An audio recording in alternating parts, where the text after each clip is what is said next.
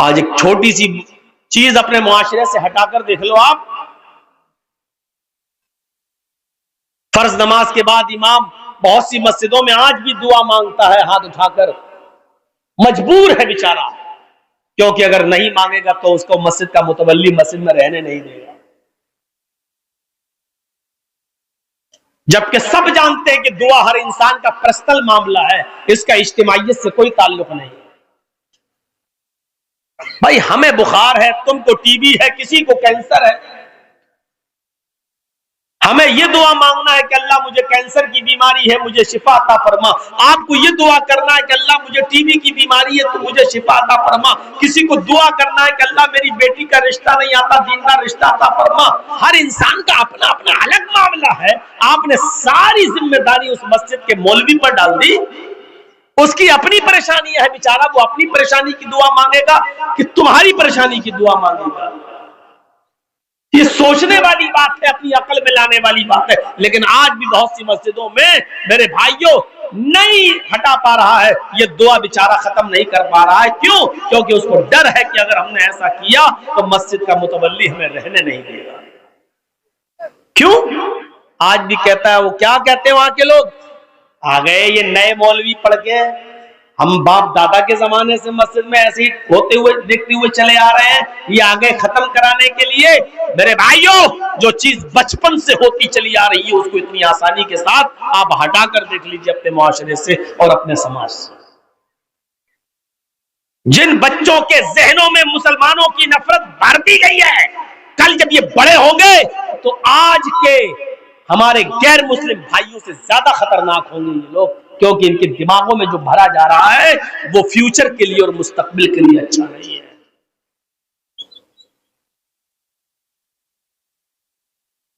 بتانے کی ضرورت ہے کہ یہ اسلام کیا ہے، بتانے کی ضرورت ہے کہ اسلام تمہارا بھی مذہب ہے، یہ اسلام تمہارا بھی دھرم ہے۔ کون سی ایسی چیز ہے جو مسلمان کرتا ہے اور تمہارے یہاں نہیں کی جاتی ہے؟ کیا یہ کلمہ ہم پڑھتے ہیں لا الہ الا اللہ، کیا آپ کے یہاں نہیں پڑھا جاتا ہے؟ آپ کے یہاں پر بھی پڑھا جاتا ہے یہ کلمہ۔ کوئی لا الہ ہرنے پاپن الا اللہ پرم پدم کہتا ہے تو کوئی یکم برہما دتیہ ناستے نناستے کنچن کہتا ہے۔ اس کے بعد دوسرا جز جو اس کلمے کا ہے وَأَشْهَدُ أَنَّ مُحَمَّدًا عَبْدُهُ وَرَسُولُهُ یا وَأَشْهَدُ أَنَّ مُحَمَّدًا رَسُولُ اللَّهِ یا لا الہ الا اللہ محمد رسول اللہ، محمد اللہ کے رسول ہے۔ تو کیا جس رسول کو ہم اپنا پیغمبر مانتے، کیا وہ تمہاری کتابوں میں اس کا نام نہیں آیا؟ کیا اس کا ذکر موجود نہیں ہے؟ لڑائی کی وجہ کیا ہے یہ ہم سمجھ نہیں پا رہے ہیں۔ محمد نام ہم لیتے ہیں تو یہ تمہاری کتابوں میں، محمد تمہاری کتابوں میں، احمد تمہاری کتابوں میں، نراشنس تمہاری کتابوں میں، کلکی اوتار تمہاری کتابوں میں۔ پھر نفرت کس بات کی؟ محمد نام کہاں آیا؟ شریمد بھاگوت مہان پران میں آیا، اسکند 12 ادھیائے 2 منتر نمبر 18، بالکل ایسے ہی محمد آیا ہے۔ اگیان ہیتو کیرت موہ مناندھکارم ناشم ودھایم ہتدودیتے وویکا۔ تمہارے پنڈتوں نے ترجمہ کیا ہے، ڈاکٹر ایم اے سری واستو، ہمارے نہیں ہیں، آپ کے پنڈت ہیں، سنسکرت میں پی ایچ ڈی کیے ہیں، ڈاکٹر ہیں، بڑے پنڈت ہیں، اور ترجمہ کر رہے ہیں کہ محمد آئیں گے تو اندھیرا ناش کر دیں گے، محمداندھکارم ناشم، محمد کے آنے کے بعد اندھیرا مٹ جائے گا، اندھیرے کا ناش ہو جائے گا، اندھیرا ختم ہو جائے گا۔ آپ ہمیں نفرت کر رہے ہیں ہم سے؟ یہ محمد نام آیا ہے آپ کے ویدوں میں، محمد بھی آیا ہے۔ اے تسمن ننترے ملیچ آچار اور سمنویتا محمد اتی خیاتا، محمد اتی خیاتا شش شاکھا سمنویتا، محمد اتی خیاتا، محمد کی وشو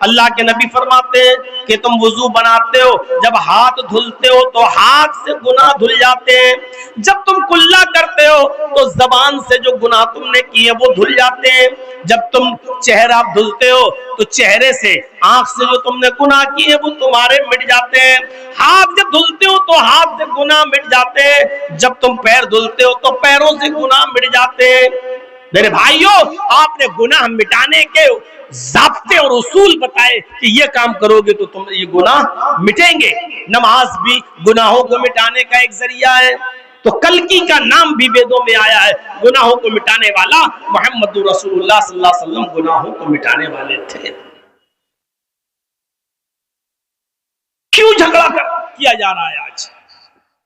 ضرورت ہے اس طریقے کے پروگرام کرانے کی کہ جس میں یہ بتایا جائے کہ یہ دھرم کبھی کسی کو لڑنا اور جھگڑنا نہیں سکھاتا ہے۔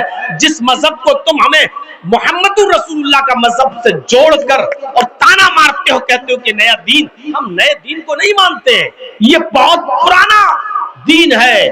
جب بگڑ گیا اور لوگوں نے اس میں بگاڑ پیدا کر دیا تو محمد رسول اللہ صلی اللہ علیہ وسلم کو اس کی اصلی شکل سمجھانے کے لیے اور بتانے کے لیے بھیجا گیا ہے کہ آپ وہی دین لوگوں کو دیجئے جو اوریجنل دین تھا نوح کا، جو اوریجنل دین تھا ابراہیم کا، جو اوریجنل دین دیا تھا موسیٰ نے، اور جو اوریجنل دین دیا تھا عیسیٰ نے۔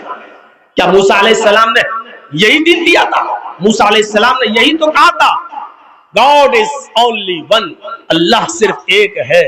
عیسیٰ علیہ السلام نے بھی تو یہی کہا تھا There is no God but God is only one without second، کوئی خدا نہیں ہے، صرف خدا ایک ہے، دوسرے کو شریک نہیں کیا جا سکتا ہے۔ یہی محمد رسول اللہ صلی اللہ علیہ وسلم نے فرمایا لا الہ الا اللہ وحدہ لا شریک لہ، اللہ کے علاوہ کوئی معبود نہیں، وہ اللہ اکیلا معبود ہے، وحدہ وہ اکیلا ہے، تنہا ہے، لا شریک لہ اس کا کوئی شریک نہیں، اس کا کوئی ساجی نہیں۔ یہی کلمہ محمد رسول اللہ نے بھی بتایا۔ یہ تو ہو گیا لا الہ الا اللہ محمد رسول اللہ۔ یہ دونوں سے اگر نفرت ہے تو یہ دونوں چیزیں تمہاری کتابوں میں موجود ہیں۔ اب نفرت، ہم سڑکوں پر نماز نہیں پڑھنے دیں گے۔ تم رام نومی کا جلوس خوب سڑکوں پہ نکالو، تمہارے کانوڑیے خوب نکلیں گے، تم سڑکوں پر خوب ہولی کھیلو گے، لیکن ہماری 15 اور 20 منٹ کی نماز آپ سڑکوں پر نہیں ہونے دیں گے۔ نماز سے اتنی نفرت کیوں ہے؟ 15-20 منٹ میں آپ کا کیا بگڑ جائے گا؟ پہلی بات تو ہم اس کے قائل نہیں ہیں، نماز سڑکوں پر ہو یہ ہم اس کو نہیں مانتے، ہونا نہیں چاہیے۔ ٹھیک ہے، مسجد میں ایک جماعت ہو گئی، لوگ رہ گئے، بعد میں دوسری جماعت کر لیں، ٹھیک ہے، مسئلہ اس کا نہیں ہے۔ مسئلہ یہ ہے کہ صرف ایک دھرم پر روک کیوں؟ مسئلہ اس بات کا ہے، ہمارے سکھوں کو دیکھ لو، دلی کے اندر ہر سنڈے کے دن کتنا بڑا لنگر لگاتے ہیں، رکشے والا بھی کھاتا ہے، کوئی بھی آئے، اور پورا چاندنی چوک کو جام کر اس کو روک لگا دی جاتی ہے اور راستے بدل دیے جاتے ہیں، اور وہ سڑک پر سب کو بھنڈارا کھلاتے ہیں، اور آپ لوگ بھی ہر منگل کو جو بھنڈارا سڑک پہ کھلاتے ہو، کتنا ٹریفک جام ہوتا ہے۔ میں کہنا یہ چاہتا ہوں کہ صرف ایک مذہب کے ساتھ یہ سلوک کیوں؟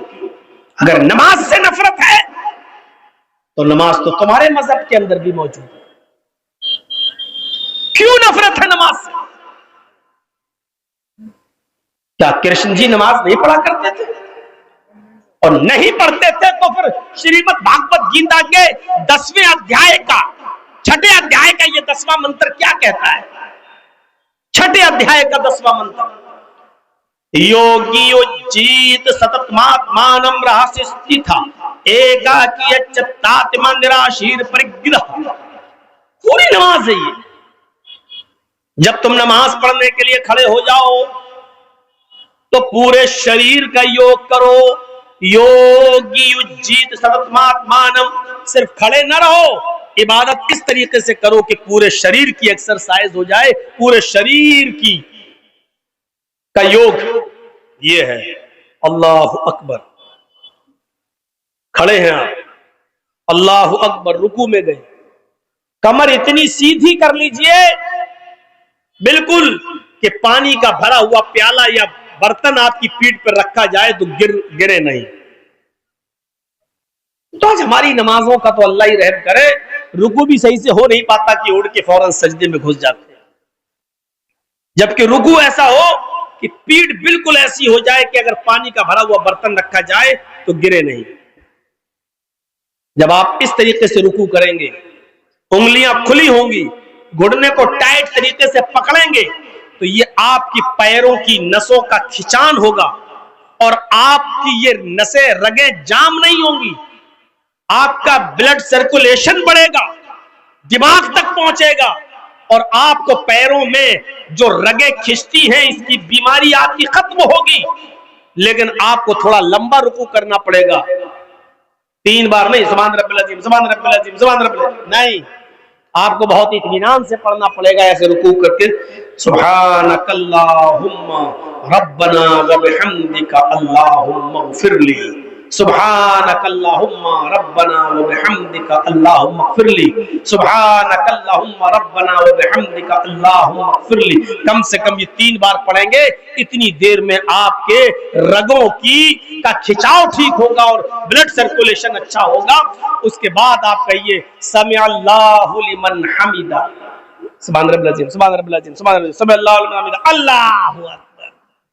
یہ کوے کی چونچے مارو گے تو فائدہ نہیں ملے گا کچھ۔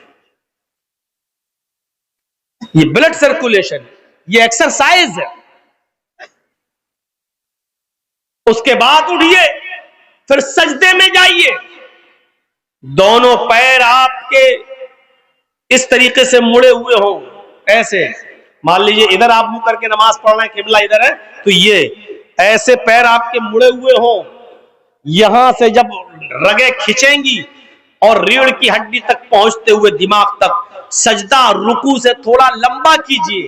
اگر آپ نے 3 مرتبہ پڑھا ہے سبحانک اللہم ربنا وبحمدک اللہم اغفر لی رکوع میں، تو 5 مرتبہ کم سے کم پڑھیے سجدے میں، سبحانک اللہم ربنا وبحمدک اللہم اغفر لی، سبحانک اللہم ربنا وبحمدک اللہم اغفر لی۔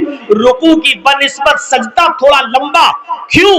کیونکہ سجدے میں انسان اپنے رب کے سب سے زیادہ قریب ہوتا ہے، اور جب آپ سجدہ کریں گے تو بلڈ کا سرکولیشن آپ کے دماغ تک پہنچ جائے گا۔ امریکہ کا ڈاکٹر مورس لکھتا ہے اپنی کتاب کے اندر، جو آدمی 5 وقت کی نماز پڑھتا ہو اور سجدہ لمبا کرتا ہو، ایسے آدمی کو برین ہیمبریج کی بیماری نہیں ہوتی ہے، کیونکہ بلڈ اس کے دماغ تک پہنچ جاتا ہے۔ نماز کے ایسے آپ کھڑے ہیں تو بلڈ آپ کے دماغ تک پہنچ تو رہا ہے، لیکن اس کی وہ پوزیشن نہیں ہے، وہ اسپیڈ نہیں ہے۔ جب آپ سجدے میں جاتے ہیں تو بلڈ پوری اسپیڈ کے ساتھ آپ کے دماغ کی ایک ایک رگ اور ایک ایک نس کو تر و تازہ کر دیتا ہے، وہاں تک پہنچ جاتا ہے بلڈ کا سرکولیشن۔ ایسے آدمی کو کبھی برین ہیمبریج کی بیماری نہیں ہوتی، دماغ کی نس نہیں پھٹتی۔ لیکن سجدہ تھوڑا لمبا ہونا چاہیے، وہ سجدہ نہیں جو ابھی رکوع کی طرح بتایا، سبحان رب العلیٰ سبحان رب العلیٰ سبحان رب العلیٰ، اللہ اکبر اللہ اکبر۔ یہ کوئی نمازیں تھوڑی ہے۔ نماز تو یہ تھی کہ صحابہ کرام فرماتے ہیں کہ میں اللہ کے رسول کے پیچھے نماز پڑھتا تھا، اور اللہ کے رسول صلی اللہ علیہ وسلم جب رکوع سے سر اٹھاتے تھے، سمع اللہ لمن حمدہ کہتے تھے، تو سجدے میں اتنی دیر میں جاتے تھے کہ مجھے یہ لگتا تھا کہ اللہ کے رسول سجدہ کرنا بھول تو نہیں گئے۔ اب سوچئے کتنی دیر کھڑے رہتے ہوں گے، سمع اللہ لمن حمدہ، اب کھڑے ہیں، ربنا ولک الحمد حمدا کثیرا طیبا مبارکا فی، اور بھی جو دعائیں آپ پڑھنا چاہتے تھے پڑھتے تھے، اور اس کے بعد میں سجدے میں جایا کرتے تھے۔ حضرت صحابہ کرام کہتے ہیں کہ جب اللہ کے نبی رکوع سے اٹھتے تھے تو ایسا سجدے میں جانے سے پہلے اتنی دیر کھڑے رہتے تھے کہ ہمیں ڈر لگتا تھا کہیں بھول تو نہیں گئے سجدہ کرنا، کہیں بھول تو نہیں گئے، اور جب سجدے میں جاتے تھے تو اتنی دیر میں اٹھتے تھے کہ مجھے ڈر لگتا تھا کہیں سجدے میں انتقال تو نہیں ہو گیا، اللہ کے رسول کہیں سجدے میں انتقال تو نہیں کر گئے۔ یہاں تھوڑا سا لمبا سجدہ ہو جائے تو مقتدی کھانستے ہیں کہیں امام سو تو نہیں گیا. یا تھوڑا سا لمبا سجدہ ہو جائے تو بڈھے کھانسنے لگتے ہیں پیچھے میں. مطلب یہ دکھانے کے لیے سوچتے کہیں امام صاحب سجدے میں سو تو نہیں گئے, ہم پڑے رہے سجدے میں. ہماری نمازوں کا حال. اور پھر کہتے ہیں اللہ میری سن نہیں رہا. کہاں سے سنے گا اللہ؟ جو میں سر بس سجدہ ہوا زمین پر, جو میں سر بس سجدہ ہوا زمین پر, تو آسمان سے آنے لگی یہ ندا, تیرا دل تو ہے صنم آشنا, تجھے کیا ملے گا نماز میں. آج ہماری نمازیں ایسی ہیں, 4 منٹ میں 4 رکعتیں پڑھ لیتے ہیں. اللہ اکبر اللہ اکبر سمع اللہ لمن حمدہ, السلام علیکم ورحمۃ اللہ, السلام علیکم ورحمۃ اللہ, ہو گئی. بہت بڑا احسان کر دیا اللہ تعالیٰ. ارے کم سے کم نماز تو اچھی پڑھی ہے. بندہ جب نماز میں ہوتا تو اللہ سے ہم کلام ہوتا ہے, گفتگو کرتا ہے. اب نماز پڑھیے تو کیسے پڑھیے؟ اللہ اکبر اللہم باعد بینی و بین خطایای کما بعدت بین المشرق والمغرب. ایسے دعا پڑھی, یہ نہیں اللہم باعد بینی و بین خطایای کما بعدت بین المشرق والمغرب اللہم نقنی من الخطایا کما ینقی الثوب الابیض من الدنس. یہ کوئی دعا ہے؟ یہ آپ کیا مانگ رہے ہیں؟ یہ تو آپ کتاب کی طرح رٹ رہے ہیں. جو آپ نے یاد کر لیا وہی آپ دعا مانگی. تو اللہم باعد بینی و بین خطایای کما بعدت بین المشرق والمغرب. اے اللہ تم میرے ان گناہوں کو اتنا دور کر دے. بینی و بین خطایای, اللہ تو میرے گناہوں کے درمیان اتنی دوری پیدا فرما دے. کما بعدت بین المشرق والمغرب, جتنی دوری تو نے مغرب اور مشرق کے درمیان رکھی ہے, جتنی دوری تو نے پورب اور پشچم کے درمیان رکھی ہے, اتنی دوری تو ہمارے گناہوں کے درمیان کر دے. آپ ایسے دعا مانگیے. اچھا دعا جب مانگتے تو کیسے کہتے؟ اللہ میرے باپ کو ٹھیک کر دے, اللہ میرے بچے کو ٹھیک کر دے, اللہ میری بیٹی کو اچھا رشتہ دے دے. ایسے دعا مانگتے ہو کہیں؟ جب آپ دعا مانگتے ہو نماز کے بعد بھی یا کبھی تو کیسے دعا مانگتے ہو؟ اللہ میری اماں کو ٹھیک کر دے, اللہ میرے ابا کو ٹھیک کر دے, اللہ میرے بچے کو ٹھیک کر دے, اللہ میری پھوپھی کو ٹھیک کر دے. یہ دعا مانگتے ہو؟ ایسی تو کہتے نا اے اللہ تم مجھے ہدایت دے, اے اللہ تم مجھے قبر کے عذاب سے محفوظ فرما دے, اللہ تو میرے والد صاحب کی قبر کو نور سے بھر دے, اللہ تو میرے ماں باپ کی مغفرت فرما. آپ ایسی تو دعا مانگتے ہو, تو نماز میں آپ ایک ساتھ کیسے پڑھتے ہو؟ اهدنا الصراط المستقيم صراط الذين انعمت عليهم. ایسا پڑھے نماز میں نیت مادی الحمدللہ رب العالمین الرحمن الرحیم مالک یوم الدین ایاک نعبد و ایاک نستعین اهدنا الصراط المستقیم. ارے بھائی تم دعا مانگ رہے ہو, دعا مانگ رہے ہو, یہ کوئی دعا ہے؟ اهدنا الصراط المستقیم, اے اللہ تو ہم کو سیدھے راستے پر چلا. صراط الذین انعمت علیہم, اے اللہ مجھے ان لوگوں کے راستے پہ چلا جن کے اوپر تو نے انعام نازل کیا ہے. غیر المغضوب علیہم ولا الضالین, اللہ مجھے ان لوگوں کے راستے پہ مت چلا جن کے اوپر تیرا غیظ و غضب اور غصہ نازل ہوا. ایسے دعا مانگی جاتی ہے. اکیلے بھی پڑھ رہے ہیں تو ایسے ہی پڑھیے اهدنا الصراط المستقیم صراط الذین انعمت علیہم غیر المغضوب علیہم ولا الضالین. ایسے پڑھیے, اکیلے بھی پڑھ رہے ہو تو. اور رکوع میں جائیے سبحان ربی العظیم نہیں, یہ تو سب سے چھوٹی سی دعا ہے, اور جو جس کو یاد نہ ہو تو یہ دعا پڑھ لے. لیکن رکوع میں بھی مانگیے اللہ سے. اور رکوع کی سب سے افضل دعا کون سی ہے؟ رکوع اور سجدے دونوں میں پڑھی جاتی ہے دعا. سبحانک اللہم ربنا وبحمدک اللہم اغفر لی. سبحانک اللہم, اے اللہ تیری ذات پاک ہے, وبحمدک تیری تعریف کے ساتھ. سبحانک اللہم ربنا, اے ہمارے رب, وبحمدک اللہم اغفر لی, تو میری مغفرت فرما, اللہ تو مجھے بخش دے. ایسے دعا, یہ کوئی دعا ہے؟ سبحانک اللہم ربنا وبحمدک اللہم اغفر لی, سبحانک اللہم ربنا وبحمدک اللہم اغفر لی, سبحانک اللہم ربنا وبحمدک اللہم اغفر لی. یہ آپ ایسے دعا مانگ رہے ہیں, یہ دعا مانگنے کا طریقہ نہیں ہے. تیری ذات برکت ہے, تو پاک ہے, تیری حمد کے ساتھ اللہ تو مجھے بخش دے. یہ تو آپ دھمکی دے رہے ہیں. یہ انداز نہیں ہونا چاہیے. مانگنے والا انداز ہو اللہم اغفر لی. کوئی فقیر تمہارے دروازے پہ آئے کہ دے اے جلدی دے, اے دے دے دے دے, اللہ کے نام پہ دے, اللہ کے نام پہ دے, اللہ کے. آپ اس کو دیں گے؟ بھگائیں گے اس کو. وہی فقیر, میرا بیٹا بہت بیمار ہے, اس کو کینسر کی بیماری ہو چکی ہے, بھائی صاحب کچھ مدد کیجیے. صاحب میرے بچے کی طرف دیکھیے, اللہ تعالیٰ تمہیں بہت کچھ دے گا. جب وہ عاجزی کے ساتھ مانگے گا تو آپ کا دل پسیجے گا اور آپ دیں گے. اللہ رب العالمین کو اچھا لگتا ہے جب کوئی بندہ اس سے مانگتا ہے، جب کوئی بندہ اس کو پکارتا ہے۔ جرجی صاحب مسجد میں جا رہے ہیں، نماز پڑھ لیے، دعا مانگ رہے ہیں، اللہ کو معلوم ہے کہ جرجیز کیا مانگے گا، اللہ کو تو جانتا ہی ہے، وہ تو عالم الغیب ہے، اس کو تو معلوم ہی ہے کہ میں کیا مانگنے جا رہا ہوں، لیکن اس کے باوجود وہ کہتا مانگو۔ کیوں؟ جب میرا بندہ مجھ سے مانگتا ہے تو مجھے اچھا لگتا ہے، گویا کہ وہ اپنے آپ کو میرا غلام اور مجھے اپنا مالک مان رہا ہے، یقیناً وہ اپنے آپ کو فقیر اور مجھے اپنا مالک، مجھے اپنا داتا مان رہا ہے۔ تو میرے بھائیوں، بچہ جب روتا ہے تو ماں کی پستان جوش بھرتی ہے، اور بچہ جب تک کھیلتا رہتا ہے تو ماں بھی دودھ نہیں پلاتی ہے، جب بچہ روتا ہے تو ماں اٹھاتی ہے اور اس کو سینے سے لگا کر دودھ پلاتی ہے، جبکہ ماں کو معلوم ہے 8 گھنٹے ہو گئے بچہ کھیل رہا ہے، اب بھوکا ہوگا، لیکن ماں پھر بھی دودھ نہیں پلاتی جب تک بچہ روتا نہیں ہے، ماں پستان سے نہیں لگاتی۔ اللہ کہتا ہے مجھے تو معلوم ہی ہے کہ تو کیا مانگے گا، لیکن اے میرے بندے تو مانگتا ہے تو مجھے اچھا لگتا ہے، تو مجھ سے مانگ، مجھ سے مانگ۔ میرے بھائیوں غور کرو، اللہ کو تو معلوم ہی ہے کیا مانگنے جا رہے ہو تم، لیکن پھر بھی کہتا مانگو۔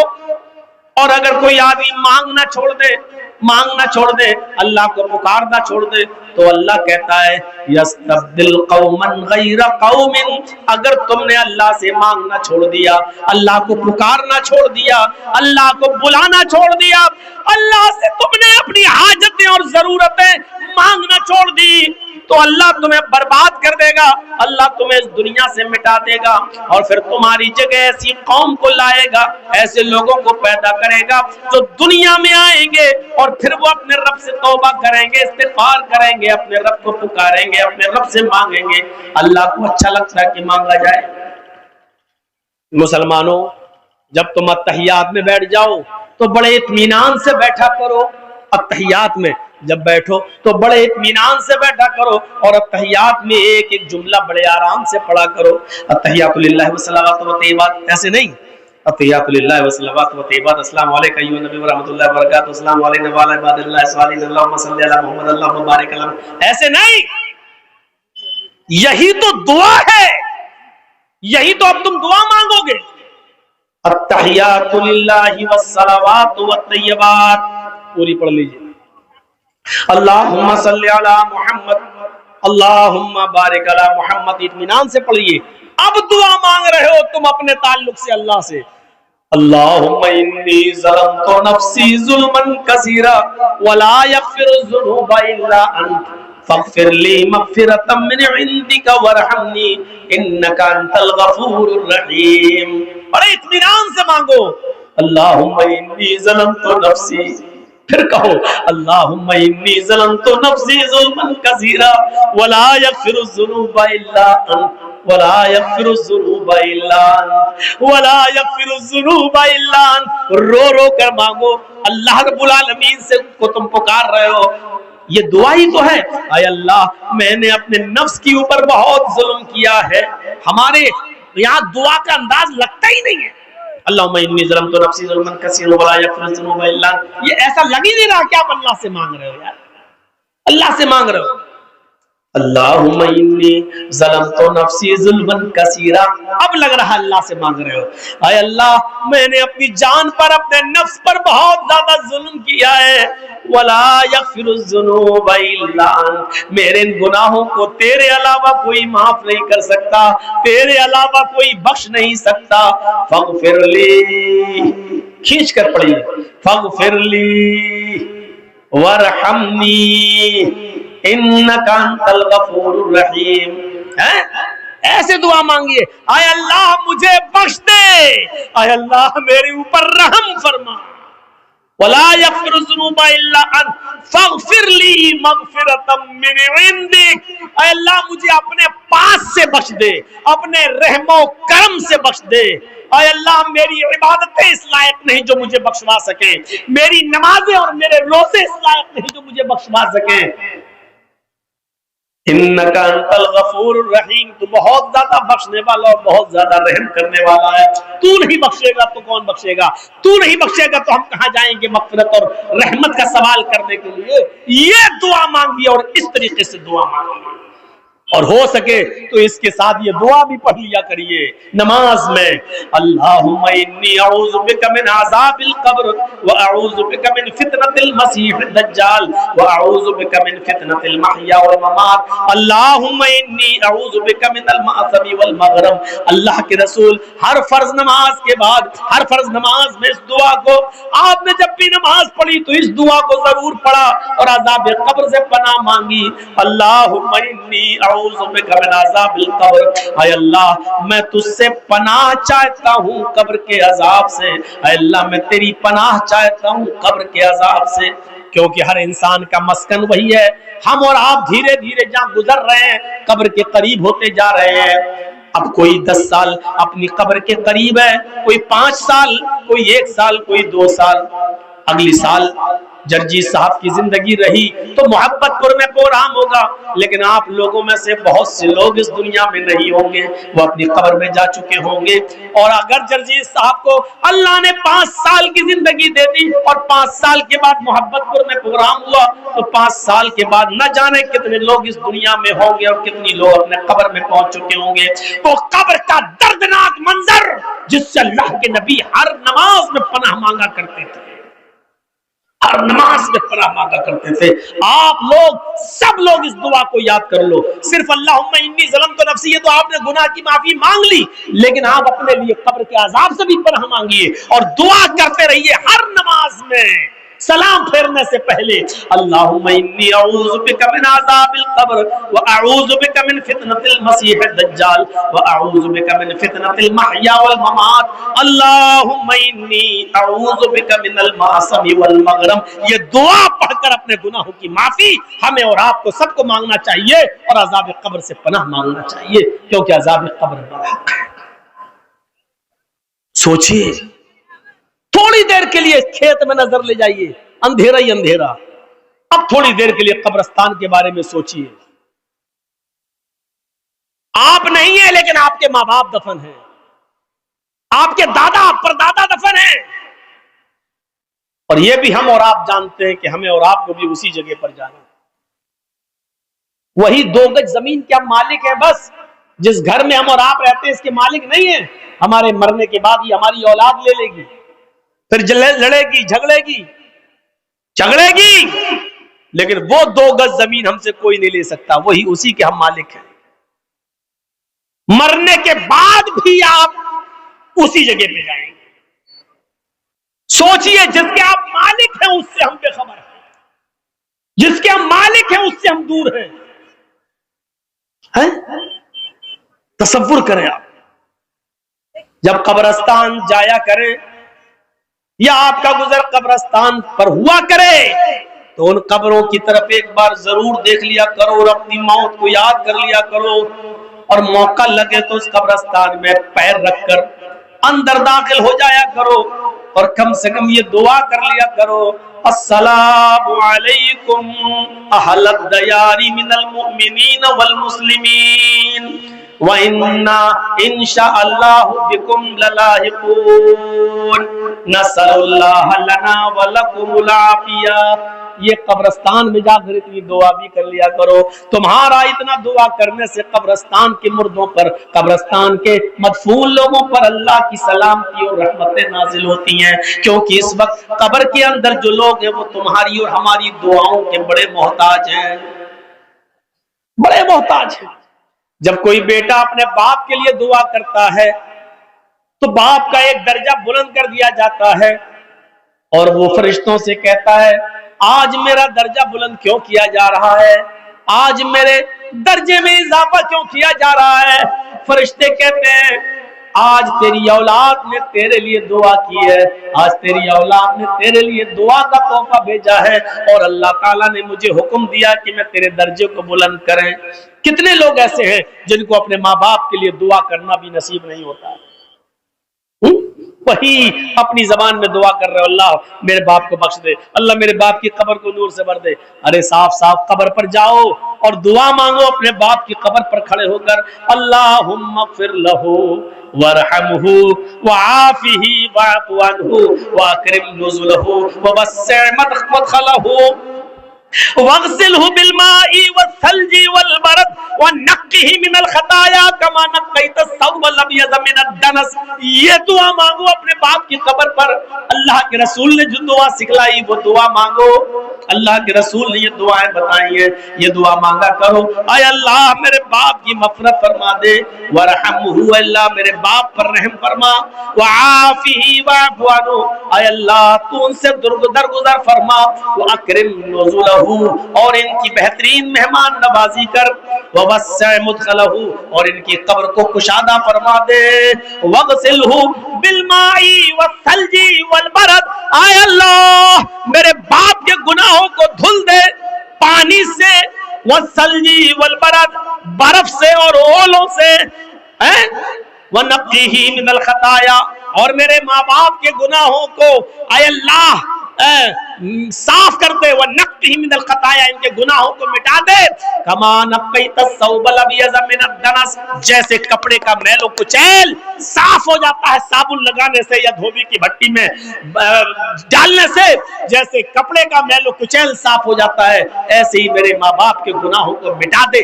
یہ دعا مانگا کرو اپنے ماں باپ کی قبر پر جا کر.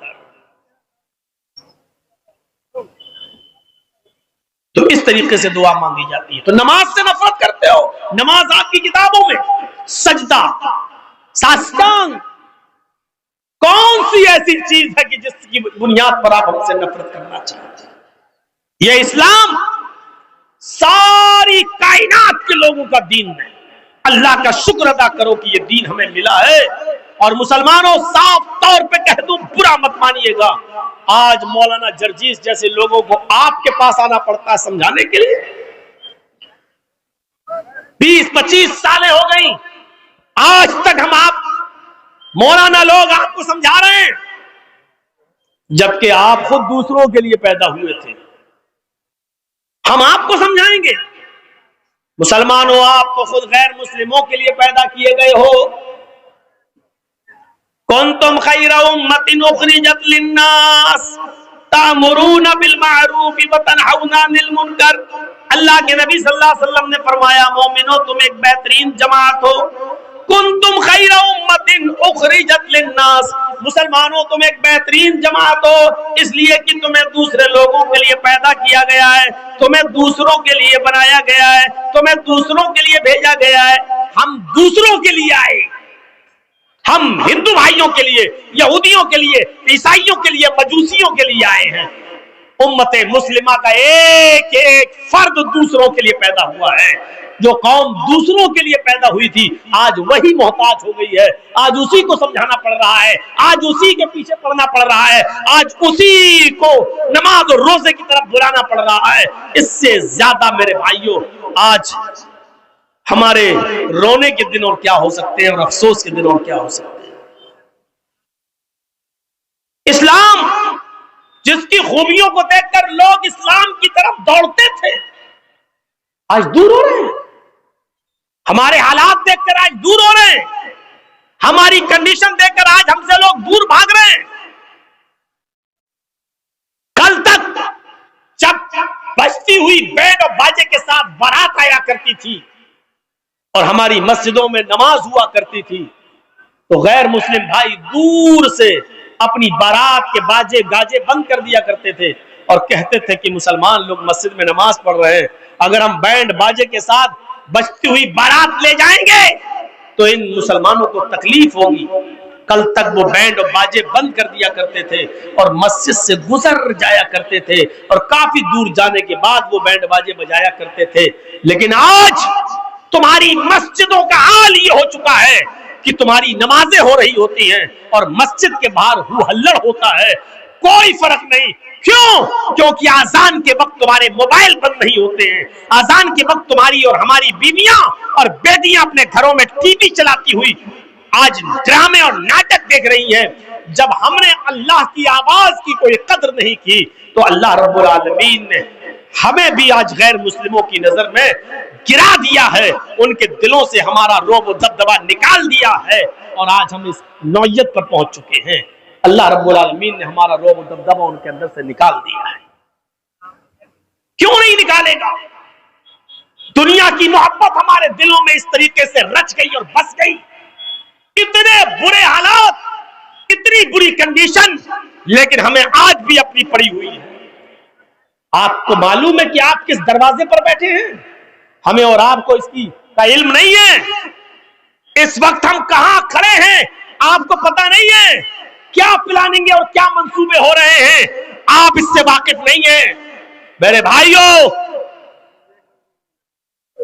بہت کچھ ہے دل کے اندر کہ اگل دوں اور بول دوں، لیکن آپ لوگ جب چینل والوں کو بند نہیں کرا سکے، اس لیے میں بولنا مناسب نہیں سمجھتا، کیونکہ ان لوگوں نے جتنا مس یوز کیا ہے مولویوں کی تقریروں کا۔